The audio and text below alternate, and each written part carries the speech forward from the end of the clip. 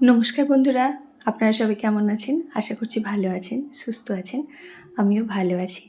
এই গরমে যখন কিছু রান্না করতে ইচ্ছে করবে না, সকালবেলা বাচ্চাদের জন্য ব্রেকফাস্টে কিন্তু এই টিফিনটা বানিয়ে দিতে পারেন। একেবারেই তেল মশলা কিছুই লাগে না, অথচ খেতে খুবই ভালো হয়। দেখবেন ছোটো বাচ্চারা টিফিন বক্স একেবারে খালি করেই বাড়ি আসছে। তার সঙ্গে বড়রাও তো খুবই ভালো পছন্দ করবে। শুধু চাল আর ডাল বাড়িতে থাকলে এরকম একটা টিফিন রেসিপি কিন্তু বানিয়ে নিতে পারেন। তার সঙ্গে রয়েছে বাদামের চাটনি। কীভাবে বানিয়েছি সেটা দেখতে থাকুন। ভালো লাগলে অবশ্যই একটা লাইক করে দেবেন। টিফিনটা বানানোর জন্য নিয়েছি দেখুন এখানে গোবিন্দভোগ চাল হাফ কাপ আর বিউলির ডাল হাফ কাপ। আমি হোল নাইট ভিজিয়ে রেখে দিয়েছিলাম, আর আপনারা চাইলে 3 থেকে 4 ঘন্টা ভিজিয়ে রেখেও এটা বানিয়ে নিতে পারেন। ভীষণই সুন্দর হয় খেতে, আর একেবারেই সফট তুলতুলে একটা ব্রেকফাস্ট। দেখুন বেশ কয়েকবার ভালো করে ধুয়ে নিয়েছি, আরও একবার ধুয়ে জলটা ফেলে দিয়ে তারপর প্রথমেই কিন্তু এখানে মিক্সিং জারের মধ্যে দিয়ে ভালো করে পেস্ট বানিয়ে নিতে হবে, যাতে করে একেবারে গোটা গোটা অংশ কোনোভাবেই না থাকে, সেটা লক্ষ্য রাখতে হবে। আর একদম মিহি পেস্ট বানিয়ে নিতে হবে। আমি এখানে হাফ কাপ মতো জলও দিয়ে দিয়েছি এই চালের সঙ্গে বাটবো বলে। তার সঙ্গেই দেখুন অ্যাড করব একটা ডিম। এই ডিমটা দেওয়ার কারণেই কিন্তু ভীষণই ফ্লফি হবে ব্যাপারটা, আর খেতেও ভীষণ সুন্দর হবে। আর টেস্টের জন্য দিয়ে দিচ্ছি অল্প একটু লবণ। আপনারা মিষ্টি পছন্দ করলে এখানে অল্প একটুখানি চিনিরও ব্যবহার করতে পারেন। আমি আর চিনিটা দিলাম না। ভালো করে এবারে বেটে নিয়েছি। দেখুন একটা বোলের মধ্যে প্রথমেই ঢেলে নিচ্ছি, আর থিকনেসটা দেখছেন ঠিক এরকম হবে। এর থেকে পাতলা যদি হয়ে যায় সেক্ষেত্রে কিন্তু টিফিনগুলো একেবারেই ভালো হবে না। এবারেই 5 মিনিট মতো ভালো করে দেখুন এই হাতটাকে ভালো করে ঘুরিয়ে ঘুরিয়ে কিন্তু ব্যাটাটাকে ভালো করে একটু ফেটিয়ে নিতে হবে, যাতে করে ফ্লফি ভাবটা খুবই ভালোভাবে আসে। তাই আমি মিনিট 5 মতো ভালো করে হাতটা ঘুরিয়ে ঘুরিয়ে কিন্তু এটা ঘুরিয়ে নিয়েছি। এবারে আরও একটু যাতে স্পঞ্জি হয় তার জন্য দিচ্ছি হাফ টিস্পুন মতো বেকিং পাউডার। এখানে বেকিং সোডা কিন্তু কোনোভাবেই দেবেন না, আমি কিন্তু বেকিং পাউডার দিলাম। দিয়ে আবারও 1 মিনিট মতো ভালো করে বেকিং পাউডারের সাথে চাল আর ডালের মিশ্রণটা ভালো করে দেখুন মিশিয়ে নিচ্ছি। ঠিক এইভাবেই ডাল চাল আর ডিমের মিশ্রণটা ভালো করে মিশিয়ে নিতে হবে। আর দেখুন ব্যাটারের থিকনেসটা কীরকম হয়েছে, এই দেখুন খুব মোটাও না আর খুব পাতলাও না, ঠিক এইভাবেই কিন্তু এই ব্যাটারটা বানিয়ে নিতে হবে।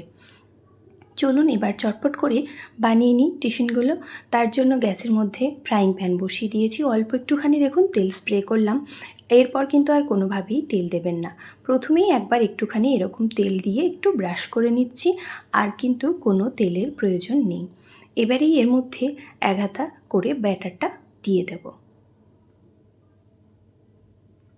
এরকম এক হাতাও দিতে পারেন, আর একটু বেশি দিয়ে একটু বড় করেও দিতে পারেন। আমি একটু বেশি দিয়ে দেখুন একটু বড় বড় করে বানিয়েছি।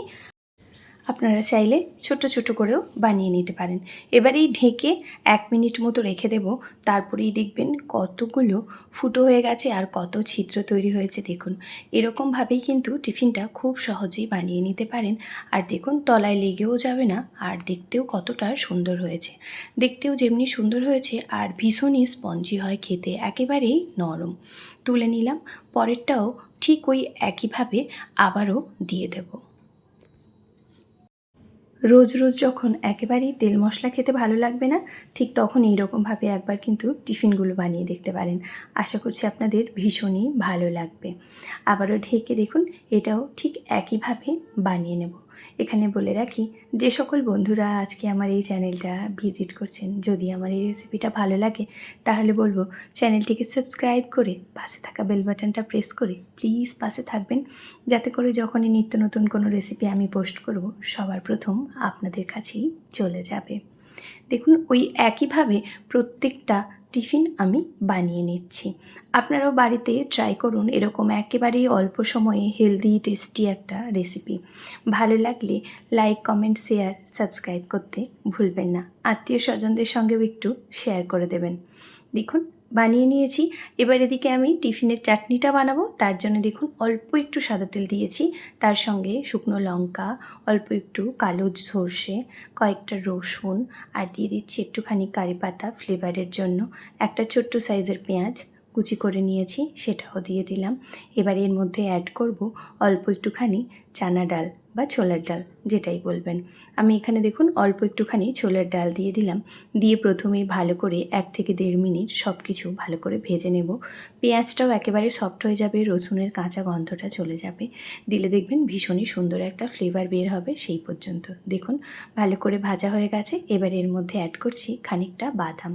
বাদামটা আমি একেবারেই অল্প দিয়েছি, আপনারা চাইলে একটু বেশি করে দিয়েও বানাতে পারেন। আমি আজকে চাটনিটা একেবারেই অল্প করে একটু বানাচ্ছি।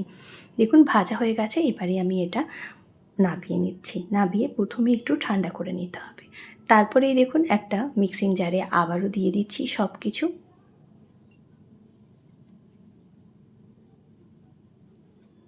সব উপকরণটা দিয়ে দিতে হবে, তবে একটু ঠান্ডা করে দেবেন। খুব গরম অবস্থায় দিয়ে দিলে কিন্তু একটু সমস্যা হয়, একটু ঠান্ডা করে নিয়ে তারপরেই দেবেন।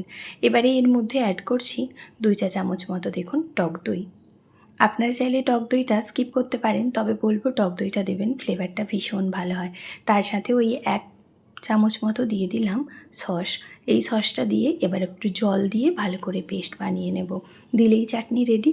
এবারেই দেখুন প্রত্যেকটা টিফিনও কতটা সুন্দর হয়েছে, দেখতেও যেমনি সুন্দর হয়েছে আর একেবারেই সফট হয়েছে। দেখুন একদমই নরম তুলতুলে, আর পেছনটাও দেখুন একেবারেই সাদা। এরকম টিফিনগুলো আপনারাও খুব সহজেই বানিয়ে নিতে পারেন। এই গরমেই তেল মশলা ছাড়া খাওয়ার বানিয়ে দেখতে পারেন। কেমন হলো অবশ্যই কমেন্ট বক্সে জানাতে কিন্তু ভুলবেন না। আর এই টিফিনগুলো কিন্তু সারাদিন রেখে দিলেও শক্ত হবে না। তাই বাড়িতে যদি বয়স্ক লোক থাকে তারাও দেখবেন ভীষণই সুন্দরভাবে খাওয়া দাওয়া করছে। এবারেই দেখুন বাদামের চাটনিটা দিয়ে দিলাম, কতটা সুন্দর দেখতে হয়েছে। আর অবশ্যই একবার বাড়িতে ট্রাই করবেন আর কমেন্ট বক্সে জানাতে কিন্তু কোনোভাবেই ভুলবেন না। আপনারা এতটা সময় আমার সঙ্গে থেকে আমার এই রেসিপিটা দেখলেন, তার জন্য আপনাদের অসংখ্য ধন্যবাদ। ভালো থাকবেন, সুস্থ থাকবেন। আবারও আপনাদের সঙ্গে দেখা হবে পরের কোনো এরকম ঘরোয়া রেসিপিতে। এরকম হেলদি টেস্টি রেসিপি খান আর সবাই সুস্থ থাকুন। আর ভালো লাগলে কমেন্ট বক্সে কমেন্ট করে জানাতে কিন্তু কোনোভাবেই ভুলবেন না।